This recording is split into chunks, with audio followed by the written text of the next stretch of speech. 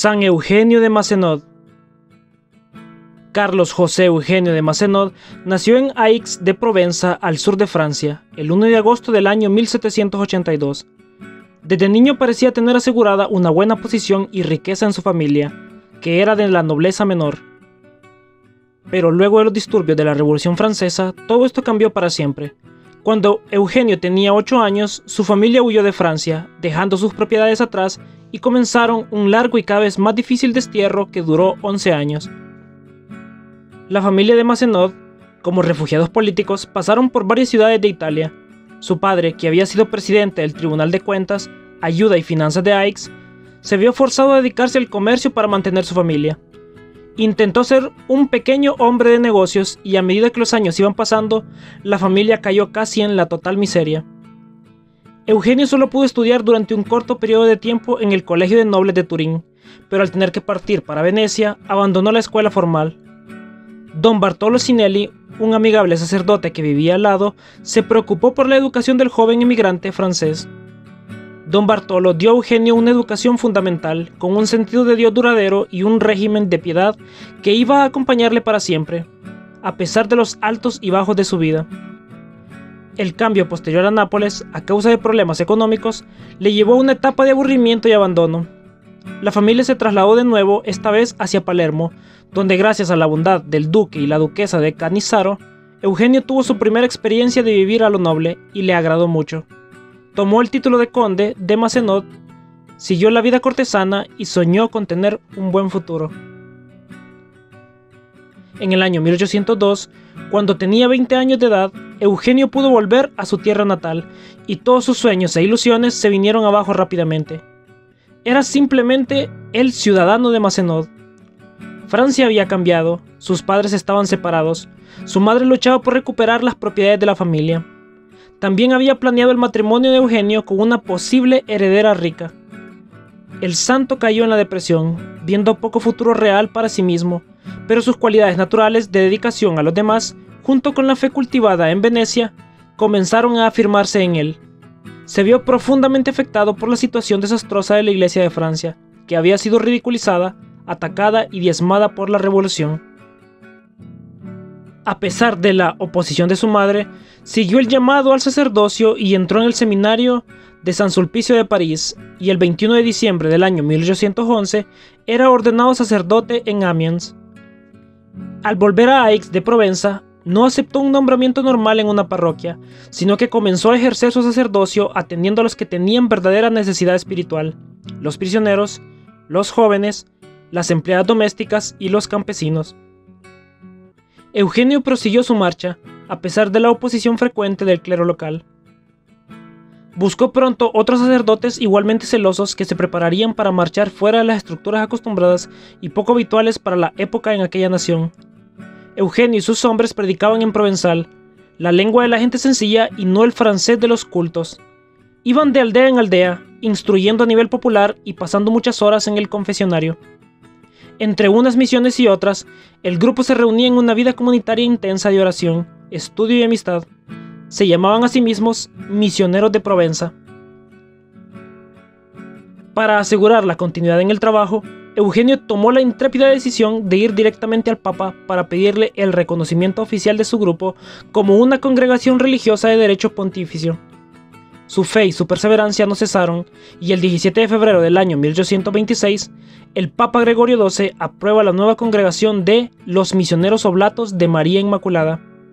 Eugenio fue elegido superior general y continuó inspirando y guiando a sus hombres durante 35 años hasta su muerte.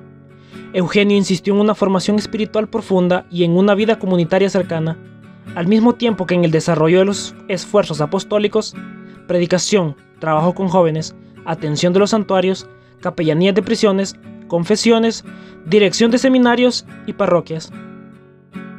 Él era un hombre apasionado por Cristo y nunca se opuso a aceptar un nuevo apostolado, si lo veía como una respuesta a las necesidades de la Iglesia. La gloria de Dios, el bien de la Iglesia y la santificación de las almas fueron siempre fuerzas que lo impulsaron. La diócesis de Marsella había sido suprimida durante la Revolución Francesa y la iglesia local estaba en un estado lamentable. Cuando fue restablecida, el anciano tío de Eugenio, Fortunato de Macenod, fue nombrado obispo. Él nombró a Eugenio inmediatamente como vicario general, y la mayor parte del trabajo de reconstruir la diócesis cayó sobre el santo sacerdote. En pocos años, en 1832, Eugenio mismo fue nombrado obispo auxiliar. Su ordenación episcopal tuvo lugar en Roma, desafiando la pretensión del gobierno francés, que se consideraba con derecho a intervenir en tales nombramientos. Esto causó una larga y amarga lucha diplomática, y Eugenio cayó en medio de ella con acusaciones, incomprensiones, amenazas y recriminaciones sobre él. A pesar de los golpes, Eugenio siguió adelante resueltamente y finalmente la crisis llegó a su fin. 5 años más tarde, al morir el obispo Fortunato, fue nombrado como el nuevo obispo de Marsella. Al fundar los Oblatos de María Inmaculada para servir ante todo a los necesitados espiritualmente, a los abandonados y a los campesinos de Francia, el celo de Eugenio por el reino de Dios y su devoción a la Iglesia movieron a los oblatos a un apostolado de avanzada. Sus hombres se aventuraron en Suiza, Inglaterra e Irlanda. A causa de este celo, Eugenio fue llamado un segundo Pablo. Y los obispos de las misiones vinieron a él pidiendo oblatos para sus extensos campos de misión. Eugenio respondió gustosamente a pesar del pequeño número inicial de misioneros y envió sus hombres a Canadá, Estados Unidos, Ceilán, donde es actual Sri Lanka, Sudáfrica y Basutolandia, actual Lesoto.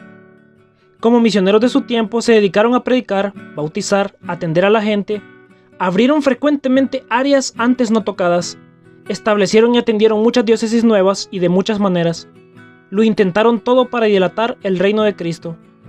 En los años siguientes, el espíritu misionero de los oblatos ha continuado, de tal modo que el impulso dado por Eugenio de Macenod sigue vivo en sus hombres que trabajan en 68 países.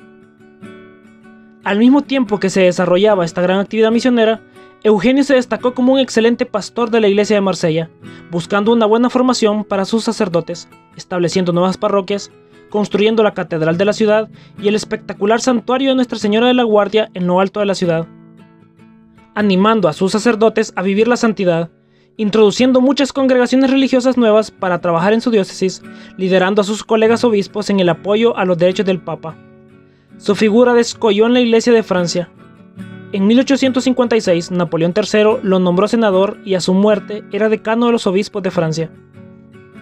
El 21 de mayo del año 1861 fallece San Eugenio a la edad de 79 años, después de una vida coronada de frutos, muchos de los cuales nacieron del sufrimiento.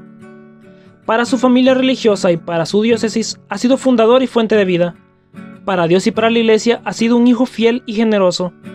Al morir dejó a sus oblatos este testamento final: entre vosotros la caridad, la caridad, la caridad, y fuera el celo por la salvación de las almas.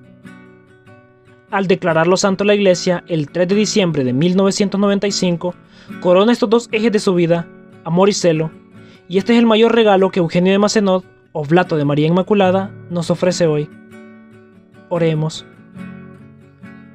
Dios y Padre nuestro, te damos gracias por haber llamado a San Eugenio de Macenod para seguir a Cristo el Salvador y Evangelizador. Apasionado por tu Hijo Jesús y compartiendo su compasión por la humanidad, Eugenio se puso incondicionalmente al servicio de tu Iglesia para la evangelización de los más necesitados. Por su intercesión ayúdanos a alcanzar, con el toque sanador de Cristo que nos llama, una vida misionera y santa, que podamos construir comunidades signo de tu presencia y compartan la buena nueva de salvación con todos los pueblos. Por esto nos ofrecemos, por Cristo nuestro Señor. Amén. San Eugenio de Macenod, ruega por nosotros.